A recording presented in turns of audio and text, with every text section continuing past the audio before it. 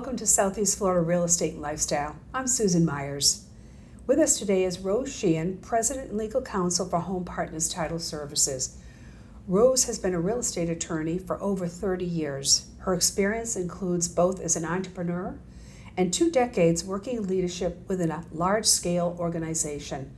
Her position at HomePartners Title Services includes supporting real estate agents and their clients with general questions, solutions, training, and operations. On a personal note, married for 29 years, Rose is both a wife and mother. She believes in learning, growth, development, and being proactive. Rose is a certified Tony Robbins coach. I didn't know that. And a fun fact is she is a 4th degree black belt in martial arts. Wow. Welcome, Rose. Thank you. So good to have you with us. Thank you. I'm honored to be here. Well, thank you. So in your experience, what are some areas that could help prevent both unexpected and unwelcomed surprises in selling and consummating a real estate transaction? Well, Susan, it's interesting. Over the course of a long career, we've had opportunities to see those issues that keep resurfacing and resurfacing. So that gives us the opportunity to look at how we can prevent them from happening. And in many instances, we can prevent them. So one of the ones that I think is very confusing to homeowners is the idea of municipal compliance, yes. Right? That's a big word, so yes. I want to unpack that for you a little bit. Yeah. So municipal compliance has to do with, and if you had work done to the house, for example, did the contractor pull a permit? Did they come out and inspect the work? Did they close the permit out? And a lot of homeowners just sort of rely on the contractors to take care of all aspects of the construction or the remodeling or whatever. So it turns out that the homeowner is not often aware that a permit was left open. True. And a final inspection didn't occur. And so those and other more distressful situations, such as a code violation, right? So, and a lot of homeowners are not aware that those violations exist on their property. So then we go to contract for the sale of the house. And then when our title insurance researchers start pulling the public records and the municipal records, all of a sudden we uncover open permits or code violations and things that need to be remedied prior to the closing, right? And so imagine you're now under contract with the goal of moving and consummating your contract, and you face this obstacle, right? And it can, in some instances, very, very minor, and something that can be resolved rather quickly, but it'd be better to avoid it altogether. Right. And so my tip on that really is, if you're thinking about selling your house, why not go to the municipality, pick up the phone, call them, ask them, are there any open permits? Are there any code violations? Much of that information's online as well, and I find most of the municipalities are actually very helpful and wanting to discuss these things with homeowners. So at the listing stage of your property is really the most proactive stage that we can uncover, or even before the listing, even as you're contemplating selling the house, looking for these items. It's funny because I'm in the business for so many years now, but when I'm a consumer, things happen to me too. I moved into a new house, well, not a new house, but new for me. It was an older home actually, and the air conditioning broke at the walkthrough. Oh. So a new air conditioner had to come about, right? And so I paid for a quote that included getting permits. Right. And so they did the work and everything's great and I'm very happy and I'm waiting for the inspector to show up. And the contractor never ordered the inspection and didn't close out the permit. Right, so it happens to all of us. It happens to all of us. It happens to all of us. Yeah. So this is really just, bringing up things that are fairly common actually, right. But that as a consumer and as an owner of real estate, you don't always have that awareness. So it's a really big, it's a small thing that you can do with big impact. A small thing and big impact, you're absolutely right. What I'm finding is the addendum is very helpful because the municipal addendum didn't always exist before. Yes. So we would find out those things after the fact because they weren't on our mind. Correct. So I think that addendum is helping everybody to get on board with that. It's essential that the permits be closed. Yes, Yeah. exactly. Yeah, Because I you know, agree. as a homeowner and a buyer, you don't want to be faced with a surprise. That's right. Right? Or even a delay at closing, because some of these could take a little longer to And they resolve, do. depending on the nature of the permit or the nature of the violation. It can take some time and then derail our plans of moving in on time and things That's like right. that. That's right. Yeah. That's right. Oftentimes, to your point too, it does derail. Oftentimes, if they're older permits, the subcontractors say if there was more than one, there might be a subcontractor, he or she is no longer in business. There's a lot of due diligence where you have to go back and dig up some archives. Yes. So I say, while you're getting your house ready to Right. show and to sell, Yeah. I would take care of looking at Absolutely. these items as well, Right. because they could really save us a lot of Yeah. time and, Yeah. and energy, Yeah. you know, as we go under contract. Right, and button things down. I Yes. agree. Yeah, thank you. Thank You're you. welcome. Really You're welcome. important point. Yes. There's a lot of things actually. Did you want me to stay on this particular? Because I can dig up a little bit more here, That is up to or you. we can move Anything on. relevant that you want to talk about? Right. So I with just regard want to that. add one little thing about there is a little misconception that the title insurance covers open permits. Right? So if you're a buyer, you're thinking, I don't have to worry too much because I'm going to have title insurance and I'll have coverage for any defects in the title.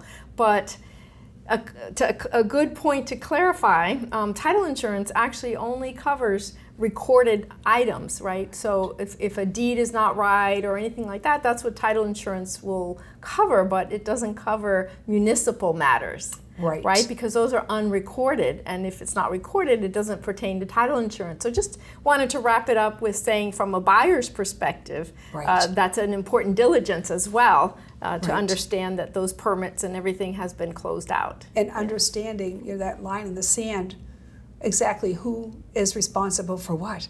Right. Yeah, yeah. Right. And, yeah. and even though the popular contract is the as-is contract, Right. where you do an inspection and then you decide if you're going to move forward or not, even in that environment, the seller still has to disclose if they have open permits or not. That's right. Right. So That's there's right. still that component. So That's it's right. it's something that professionals like yourself Yeah. are helpful to the consumers to navigate these things that are not an everyday occurrence That's for, right. for a homeowner. That's Yeah. right. And we do, and I certainly do. That's for sure. Yes. So along the lines of surprises, since we're talking And about they're there. surprises, Yeah. yes. Yeah. So one other thing that comes up a lot is obviously, real estate is such an important part of our lives, as families, as investors, as a wealth building tool. There's just so many beautiful things that emerge out of owning real estate. Yeah. And so a lot of times there is the idea that real estate is passed down generationally, right? Upon the death of a parent or someone who has left the property to a beneficiary. And that can be confusing too. And there would be some important proactive steps that we would take if you have inherited a property or you believe you inherited one, right? Yeah. Because people think often because they have a will that we're good, but we're not. Because the will is just the basic piece of demonstrating the intent of the decedent, right? But a will is insufficient in that that's why the probate court exists in Florida. Right, so the probate court then processes that will and makes determinations and pays creditors of the decedent, and so there's a big process there to determine who's the rightful beneficiary. And so it's not just the will by itself, but the probate proceeding that actually creates the new ownership, right? The new ownership, because the decedent can't transfer title anymore. Right. So the estate would need to do that. Based on those proceedings and based on court orders, right? And in Florida, we have a very unique concept called the homestead. And in Florida, the homestead derives from the Constitution, very special protections. And so when and those protections are also extended to a decedent's estate. So when a person dies on a property that's considered homestead in Florida, the homestead law in Florida basically transfers ownership immediately to the heirs. Now, the question is, who are the heirs? Right. And so therefore, even on homestead properties, you still have to go through the probate process, even though the homestead does not become an asset of the estate. Rather, it passes operationally by law, but it still has to go through the court orders. So we need to know who the heirs are. Right. And we need to know that that property was definitely designated as the homestead of the decedent. So whether it's homestead or not, it is something that we would want you to ask more questions, Right. and we can provide guidance on what the next steps would be. If you find yourself in a situation where someone has passed and you believe that you're either the designated beneficiary, or you might be the personal representative Right. who's charged with the responsibility of managing the estate from beginning to closing. Right. Right. Yes. So Right. just a quick little tip. You know, you look on the will itself, and it may name the actual personal representative. Yeah. Might be named on there. So that's a good starting point. It's a good starting Yes. point, but you're right. There are other steps in between, because I'm assuming, you know, with that, because this is interesting, the whole probate thing, that there may be liens on the home. There may be unfulfilled, maybe some permits that haven't been closed. I mean, so it would not be possible for that estate to convey to the rightful owners, say, until some of this was finished and cleaned up. Correct. Correct. Because if it's not homestead, for example, on Yeah. a non-homestead property, the process really is collecting the assets, Right. paying the bills, Right. and then making the disbursements, right? Yeah, That's yeah. So it's the three buckets, I call them, Yeah, right? yeah. So the personal representative is charged with collecting all the assets of the decedent, and then there's notice to the creditors, because if the decedent owed money to creditors, Right. they have a period in which they can file a claim so that they may be paid. Right. And so then what's left over would be something that could be distributed. Right, so there is a Right. process, and if you're a buyer, you need that process. Yes, you do. And from a title insurance perspective, we can't insure the buyer or the buyer's lender for title insurance purposes without those probate steps having been taken. Right. So I do get calls like that. Oh, I got a yeah. call the other day where a lady was going to. It was actually a relative of hers, but she was doing it as a favor. So the listing agent called me and said, the aunt died and the children want to sell the house. I'm getting ready to put it on the market. So just by asking questions, we realized that she had passed a while ago and nothing was done. Well, because they had a will, they just thought, oh, it's time to sell, let's just sell. Exactly. It's just time to sell, but it's not time to sell yet, because Yes. you still have to go through the probate Yes. process. And so they were a little bit taken aback by the fact that they had to hire a probate attorney, right, which is always necessary to Right. go through these procedures with. And so that's part of the surprises that we who don't, you know, if you're a homeowner or you're inheriting a property, you're not familiar with all the intricacies of what needs to happen to be able to convey that property. Without right? a doubt. You know, it's interesting. I'm glad you brought that up, because I have been in a position where I have received calls to list properties, and they have either a will, you know, they'll show me the will, or they'll tell me their story of how it came about that they were going to contact me to list. And it is a surprise to them when first of all, they can't list it because they don't own it. Right. And for them, it's an emotional thing, because they truly believe they do own the property, and they have the right to give me a call and Yes. let's get going, I want to sell it. Yes. So there is a way to approach this. Really, it's consultative and it's educational, and it's done well. They understand Yes. that the reality, it's in their best interest that all of this get done up front. That's okay? right. And more than likely, they will be signing off and selling their property if That's things right. are done correctly. It's just not going to be immediately. That's right. But we will dot the I's and cross the Yes, T's. and doing Yeah. it timely is really always Very. the key, because then when you go to contract, if it's not completed, at least the probate process is well underway. Correct. And then we can gauge the timeline by which Correct. it'll be ready. Correct. Correct. Yes. Correct. So one other thing I just realized also, that people often say, well, I have a probate and it's been done. And then I say, but where was it done? Right. Because many times people have a primary estate outside of Florida, right? But the property that is in question is in Florida. Right. And so they believe that their probate proceeding is ready to go. It's all completed. Now they're going to sell the Florida property, but they can't because a state, for example, Connecticut, let's say the estate was in Connecticut, they cannot have jurisdiction over Florida real estate. Correct. So that court in Connecticut, for example, has no jurisdiction in Florida. Right. So the Florida has to open up what's called an ancillary proceeding. Okay. It's ancillary to the main estate in another location. Right. And right. It's maybe a lesser version. It's not a complete probate, but it has to address the Florida real estate. Correct. So that's another thing. If you're a homeowner or you're an heir, but your main estate was in another state besides Florida, right. but the property you want to sell is in Florida, right. also get a Florida probate attorney right. to discuss how to go about it. Yeah, the ins and outs of that. Because you're right, from state to state it differs. Not everybody knows that. You know, they make assumptions about how it goes, and they're always surprised to find out that it's not what they assumed. Yes. And the goal here too is if you have buyers for the property, what you really want to do is you want them to feel confident that they are receiving free title to that property. Yes. They own it. Yes. Lock, stock, and barrel, no yes. questions asked. And they do appreciate, for buyers who want that home, they do appreciate the due diligence, and they will work with you knowing that it's not going to be immediate, but these are the things that are in place. Most people appreciate that very much. Yes, and it's an interesting line of work that we do because we're really risk managers. You know, at the end of the day, for sure, our industry is a risk management industry. Yes, we are. Yes, on both sides. Yes. Yes. In the work that I'm doing, absolutely. Yes. There's no doubt about it. It really is one where you have to step back, and I always think of it as many pieces to a puzzle.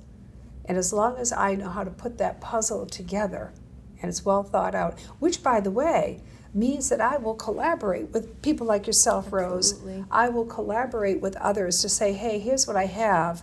Is there any precedent here? Because this is the direction I'm going in. Am I missing anything? Right. So I think it is risk management, lots of collaboration amongst your fellow professionals to get things done. Yes, interesting how much real estate is interdependent on different disciplines. Absolutely. Right. There's so many disciplines that contribute to a successful, closing. Without a doubt. And so we're very blessed to have good rapport built with professionals that work together and help each other in the areas of their various expertises. Yeah. Right. Yes, so true. So true. I can think of so many situations that I was so very grateful to have folks like you around and help guide the way. Sometimes it's late at night too, because when you take a listing appointment, it's whenever that opportunity arises. So my staff and myself, we're very happy to support. Even when we get those calls like from the homeowner's house, like help. They're not understanding the situation. Right. So yeah. No, and it's interesting because you're right. It really is in many ways a 24/7 business. Because of the various situations that come up along the way. Yes. We're not 9 to 5. No. Not 9 to 5, and our being available to our clients is really essential. And putting those pieces to the puzzle together. Exactly. So, and absolutely. more pieces if you'd like a few more pieces. I don't know if we have time to do a few more. Go ahead. One more piece. Sure. Go ahead. Okay. So the last one that I wanted to kind of talk about today was.